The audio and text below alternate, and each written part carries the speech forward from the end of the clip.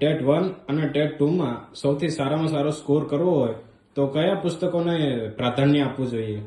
જો તમારે ટેટ 1-2 આપવી હોય તો હાલ જે નવો સિલેબસ છે એટલે કે સીટેટ પેટર્નના સિલેબસ પ્રમાણે આપણે જે લાસ્ટ ટેટ 1 લેવાની, સ્પેશિયલ ટેટ 1 લેવાની એ પેટર્નથી હવે પેપર આવે છે. તો તમારે એના માટે એક તો પહેલા તો આ ટેટ 1 માટેનો સ્પેશિયલ આપણો નેવિગેટર છે. આની અંદર તમામ સિલેબસ આપ્યો છે, તમામ ટોપિક આપ્યા છે. એ ટોપિક પ્રમાણે તમારે પ્રિપેરેશન કરવી પડે અને આપણે પણ તમારે આગળ વધવું પડે.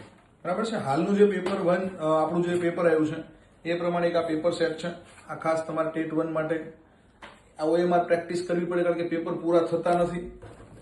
આ પર્યાવરણ અને પર્યાવરણનું પદ્ધતિશાસ્ત્ર છે. એની સાથે મેં પાછળ જીકે પણ આપી દીધું છે અગત્યનું.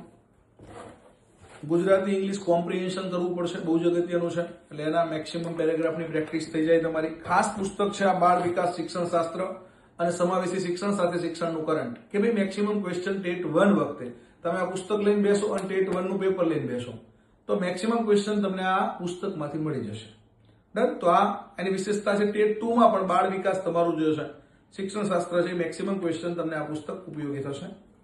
અને પદ્ધતિશાસ્ત્રનું મહત્વ વધી ગયું છે. સમજો તમારે ગણિત વિજ્ઞાન છે તો ગણિત વિજ્ઞાનનું પદ્ધતિશાસ્ત્ર, ભાષા છે તમારી તો અંગ્રેજી, ગુજરાતી, સંસ્કૃત, હિન્દીનું પદ્ધતિશાસ્ત્ર, સામાજિક વિજ્ઞાન છે તો સામાજિક વિજ્ઞાનનું પદ્ધતિશાસ્ત્ર છે. એમાં તમને આ પુસ્તક ખૂબ જ યુઝફુલ થવાનું છે. સાથે સાથે ઉપચારાત્મક શિક્ષણ છે, ટીચિંગ એડ્સ છે, બરાબર, એની પણ માહિતી તમને આમાંથી મળી જવાની છે. તો આ પુસ્તક તમે ઓનલાઈન જ્ઞાન લાઈવ એપ્લિકેશન પરથી પરચેસ કરી શકો છો અને તમારા ઘરે આ પુસ્તક તમને મળી જવાના છે. All the best, best of luck. જય હિન્દ, જય ભારત, જય જય ગરવી ગુજરાત.